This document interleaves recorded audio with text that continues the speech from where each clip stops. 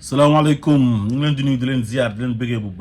ravi de vous retrouver encore une fois sur votre chaîne A2S Pro avec un immense plaisir. Continuez de abonner, bus cloche de notification, puisque vous avez fait une vidéo à temps réel, vous avez de commenter, de partager, surtout de like vidéo, de bus qui baram, de pouce, de bus s'il vous plaît, que vous avez bus j'aime, ce que vous avez fait vidéo, vous avez Comme on a l'habitude de le faire, de voir sur ce qui concerne l'actualité politique sénégalaise. Tay nak dañuy wax sur la sortie de Bougane Gueye Dany mu doon def ben conférence de presse juste après celle du président de la République, son excellence Bassirou Diomaye Diakhar Faye. Bougane dafa contradictoire de trop. Mais laata may ñëw ci contradiction yi damate ko par ben damay ñëwaat ci tour bi mooy gëm sa bopp ñi dégg olof ñëpp ñi nekk Sénégal les saa wolof et les wolofologues ñëpp génn nañ di ko wax ne ko nit du gëm boppam gëm yàlla lañ koy def waaye nit dafay xam boppam kon déjà moom tour bi baaxul koo xam ne mënoo créer turu mouvement bu baax wax deug yalla gëwma ne war nga mëna sax am parti politique banan da ngay dem à la conquête du pouvoir bay am ben poste électif mo xam maire la wala président de la république kon Bougane ñepp nenañ la nit du gëm bopam waye da fay xam bopam Youssou Ndour sax wax nako récemment yagul dara biñuy tak Zeyna Ndour di doomi rakam Bouba Ndour ak Viviane muy def témoignage ci xalé bi mu ne Zeyna dafa xam bopam ba paré mu préciser ne waxuma gëm bopam de Zeyna dafa xam bopam ñu déglu Youssou Ndour ñëwaat. waxuma gëm sa bop de. waxum gëm sa bop xam sa bop Zeyna dafa xam. ne Zeyna daal mbokk yi na ñëpp xam ne ci jigéen ñi xam bopam Zeyna daf ci wax ne Zeyna ku xam bopam. te Bougane comme yow da nga gëm sa bop buñ la joxé maire yi wala ñu jox la réew mi. Mais yow do defal nit ñi dara parce que yow sa bop rek nga gëm ko xamne bopam rek la gëm ku koy jox maire wala nga koy jox poste député wala nga koy fal président de la république ah man de ku ñëw na ma man sama bop rek la gëm man duma la fal man wax deug yalla duma la voter waaw da ngay ñëw na ma Sénégal la gëm Sénégal la bëgg wala nga ne dama xam sama bop xam sa bop moy nga xam ki nga doon xam li nga doon. Deuxième bi moy yok na ci légui les jambar Bougane armée sénégalaise les soldats de l'armée sénégalaise ñom ñoo tuddu les jambar kon amo droit di jël tour bi nga xamné mom lañuy dakantelé suñu soldats yi di armée sénégalaise diko dakantelé sa touru mouvement té yow dang ko jël bëgg ko def devise armée bi devise am moy on nous tue mais on ne nous déshonore pas mais ñom sen tour moy les jambar non lañ tudd les soldats sénégalais on les appelle les jambar kon lolu sénégalais yépp ko mom amo droit diko approprier wu diko tuddé ce mouvement bi nga xamné tour bi baxul muy gëm sa bop kon dañ lay ñaan nga dindi les jambar bi ngay dakantelé ce tour mouvement muy mouvement gëm sa bop donte nit du gëm bopam nit da fay xam bopam benen bi moy Bougane bi muy commencer dafa wax ne gaay dañ koy kaño nan ko deuxième tour légui digënté élection yi ak légui ça fait 3 mois yag na légui lutax mu tok ba heure bi di sogo justifier wu ci rendez-vous bu mu joxé won deuxième tour te woru ko won ndax deuxième tour dina am. Entre-temps dafa réfléchir xalaat ñëw pour mëna sos te argument bu mu indi dara baxu ci néna mom ñom Ousmane Sonko ak Bassirou Diomaye Faye dañ doon gëmlo Sénégalais yi né ay anti système lañ mom timit mu gëmon né ñooñu ay anti système lañ ba mu waxon né ñom lay andal bu Ousmane Sonko amé candidat mom lay andal légui nak ñom dañoo dem gis Macky Sall entre-temps kon ñom nekatuñ anti système mais gis Macky Sall loolu lan la jotee ak yow sa conviction ak sa gëm-gëm mais Macky Sall moo nekkoon président de la République mais bu la soxlaa mën nga ñëw toog ak moom est-ce que toog ak Macky Sall ça veut dire que ne yow da ngeen di teg deal wala lépp lu mu la proposé da nga koy nangu non non amnistie bi Macky Sall def mais amnistie boobu noonu waa Pastef voté wuñ ko seen député yi muy député Yewwi Askan Wi kenn voté wu ko ci kon amnistie bi Macky Sall boppam la ko doon defal su fekkee loolu moo tax ngay wax mooy la sortie de prison bu Ousmane Sonko ak Diomaye Faye nga ne ñooñu buñ toogoon ci kaso bi sax dañ leen di fal mais loolu ñëpp xam nañ ko on n'en disconvient pas kon jarutoon ñuy dem di toog ak Macky Sall mais lu tax duñ toog ak Macky Sall bu leen Macky Sall soxlaa Macky Sall bu leen soxlaa kañ li Olof Njaay di wax ne ku la woo dina la jox wala mu wax la mais du heure boo gisee nit lépp lu mu la wax da nga ciy ànd wala lépp lu mu la proposé da nga naan d'accord na non non kon sa lay boobu nga lay amul benn sens Macky Sall dafa xamoon ne ñii bu leen bàyyee ci kaso bi dañ leen di fale ci biir kaso bi te suñ génnee day gën a garaaw ci moom léegi entre temps mu ne xaaral ma gis leen bala ñoo dem élection comme candidature Bassirou Diomaye Faye jàll na ba pare ma jéem a sauver sama bopp. léegi nee nga protocole de Cap Manuel amul mais protocole bi am mooy teeru baay soogi ba pare na la procureur mais procureur moom lan lay oote ci benn opposant bu wax ne gis naa benn ancien président ak l'actuel président et son premier ministre ñu toog fenn di waxtaan loolu lu ci procureur di oote loolu du crime du délit loolu kañ jarul procureur di la ci woo yow yaa wax ne am nga ay preuve mais indil ñu preuve yi wane ne protocole de teeru baay soogi moo am indi yeneen preuve tamit yi wane ne gisante nañ li jiitu jeudi bañ dajee woon palais muy lundi mardi mercredi indil ñu preuve yooyu loolu lañ soxla Bougane te boo ñuy wax nga wax ñu xam-xam wax liy jëriñ Sénégalais yi mais pas ay balivernes quoi di raconter du n'importe quoi Bougane ça nous intéresse pas loolu amulul njëriñ Sénégalais yow da nga ne ñii ñu fi nekk aayuñ xamuñ dara yow yaa aay waa léegi acte yuñ posé àndoo ci mais indil ñu solution c'est tout indil solution rek mu jeex. beneen contradiction bi mu ne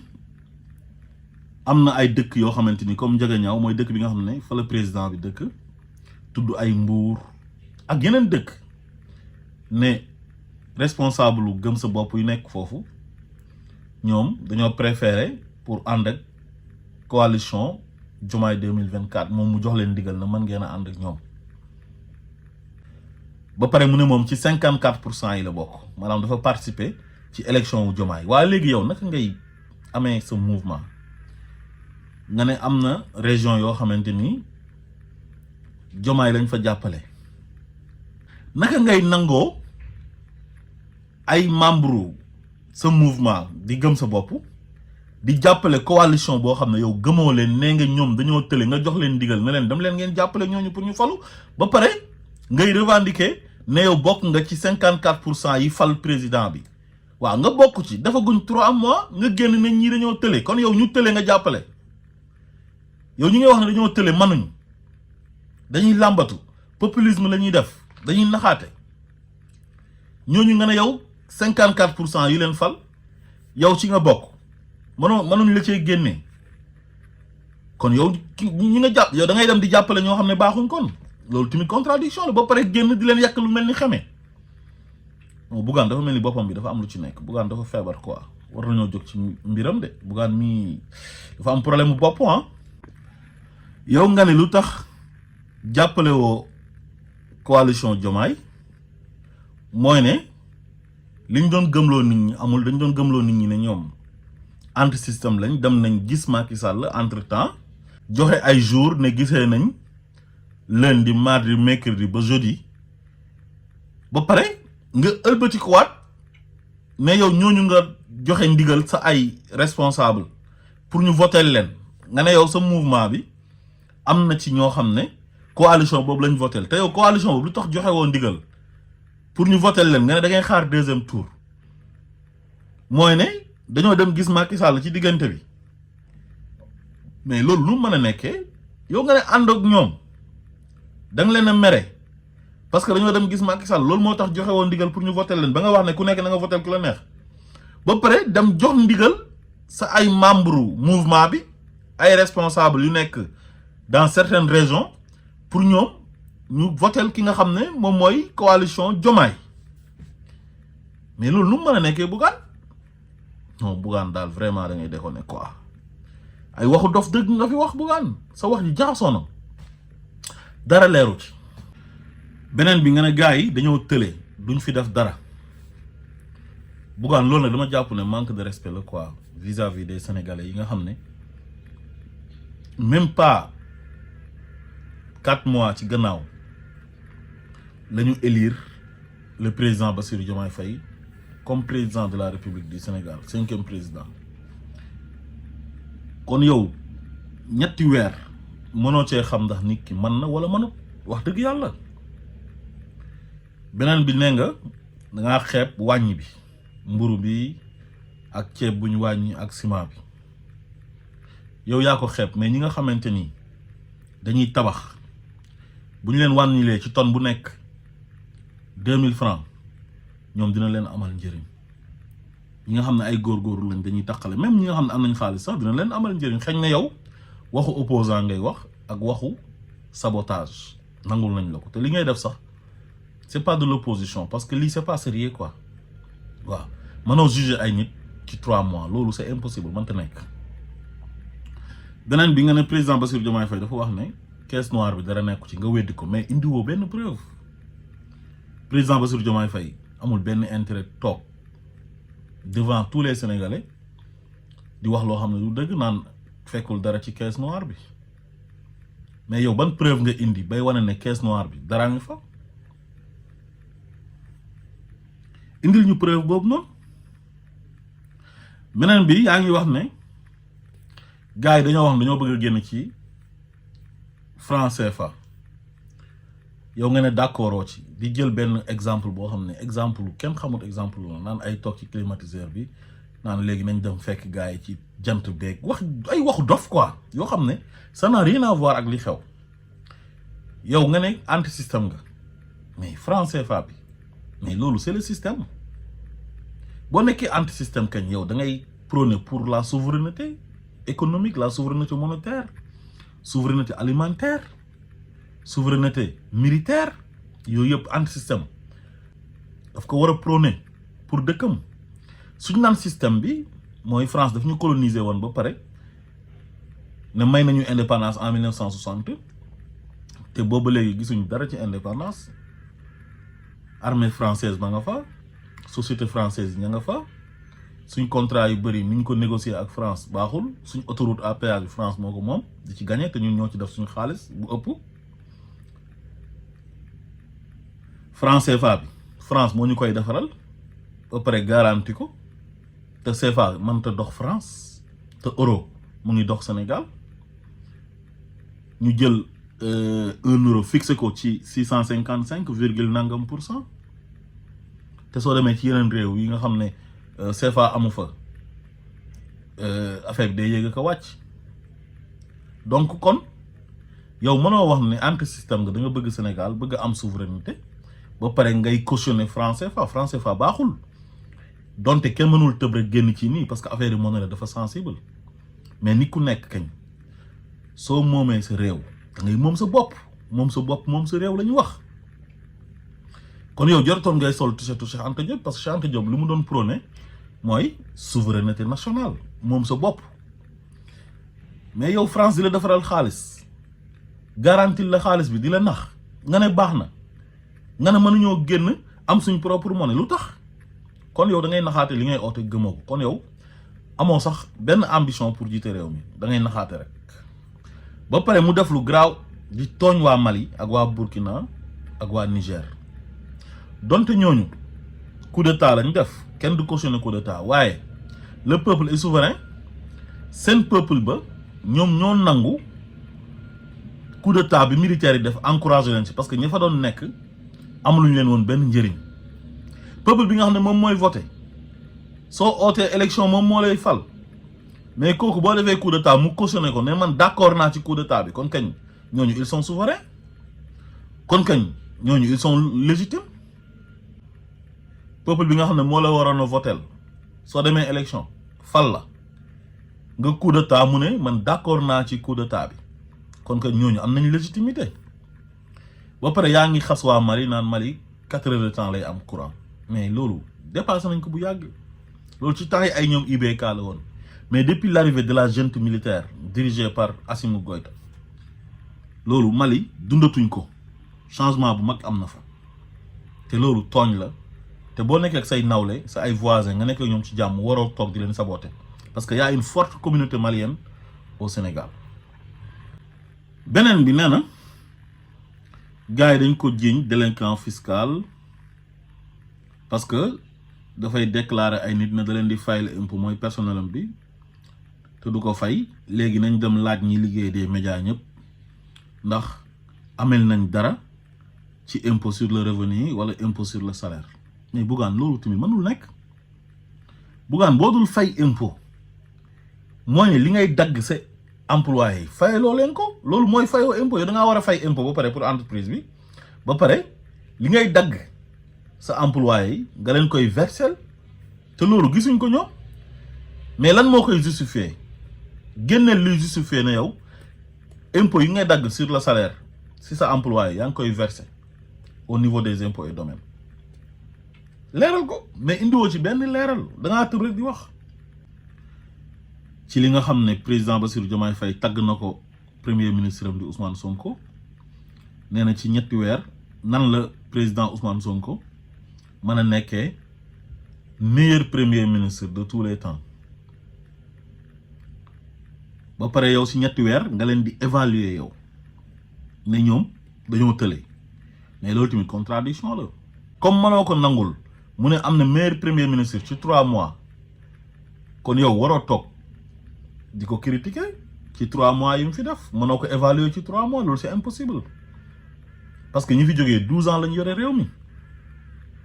kon déjà beneen contradiction mu ngi noonu léegi ñi nga xamante ni yaa ngi leen doon clash ne dañoo tële manuñ saboter seen denrées de première nécessité yi nga xamante ni wàññi nañ ko mais ñooñu après nga tàgg leen ne seen parti bi parti exemple la nit ñi dañoo war a roy ci ñoom Cameroun sax am nañu créé parti Pastef pour roy ci Pastef boo demee Gambie am na fa Mauritanie am na fa waaye léegi naka ngay xasee ay nit ba pare ne xamuñ dara dañoo tële nga nangul leen ne ñoom ay jàmbaar lañ ci ne seen parti exemple la